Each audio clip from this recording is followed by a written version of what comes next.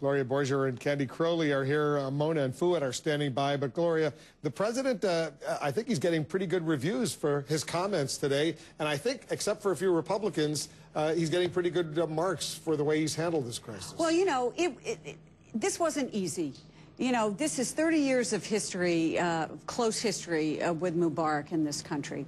And the administration, you know, started out by saying that Mubarak was stable and then kept moving and changing. You know, it was such a fluid and dramatic situation. Of course, we tend to judge these things by outcomes.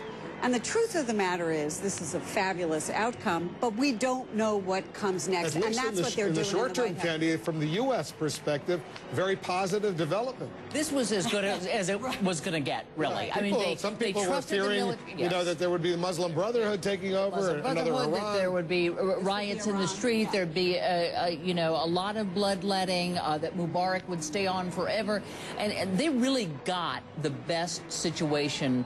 Now, how much they had to do with that and how much of it simply was the power of those few people sitting in the square, I think we'll argue forever. But nonetheless, they got exactly, they got the best they could hope for. Let me ask Fuad Ajami of Johns Hopkins University. Fuad, I know you've been critical of this administration, earlier administrations, but you see it, you call it as you see it. What do you think? Look, I think this has always been, from the beginning, an Egyptian drama. Our government caught up with a storm, in fact. But it really wasn't about Barack Obama. It wasn't about even George W. Bush's freedom agenda. This was the Egyptian people bringing their pharaoh, bringing their autocrat to account. In the end, President Obama did what he needed to do.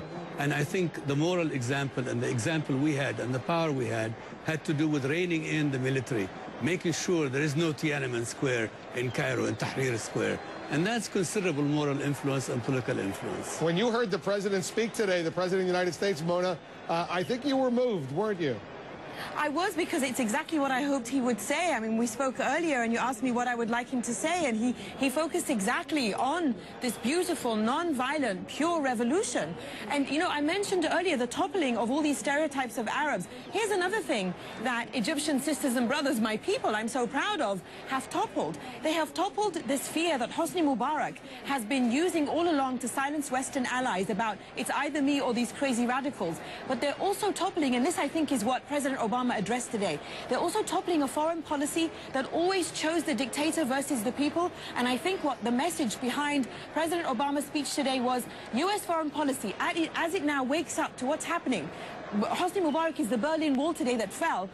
U.S. foreign policy now is looking ahead and thinking it serves us best to side with the people, because that is the best way to find stability. Because a stable country is not a country suffocated by a dictator. A stable country is a democratic, free country with people who are happy and free. I think this is what we're seeing come. This is what we will see from as a result of the speech today, thanks to the revolution in Egypt. Gloria. Well, I'm not so sure about that. I mean, I think that there's always going to be realpolitik in our foreign policy, and I don't think that the United States is looking to change its relationship, its good relationship, for example, with Jordan right now.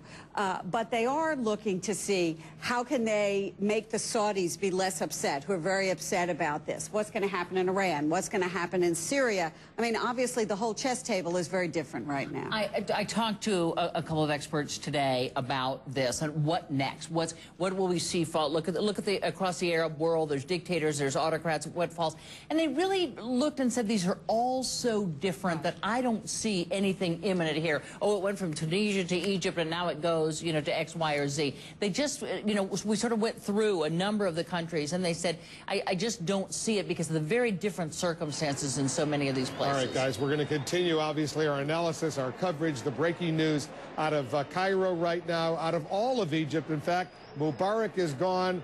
There's a new day in Egypt. We'll be right back.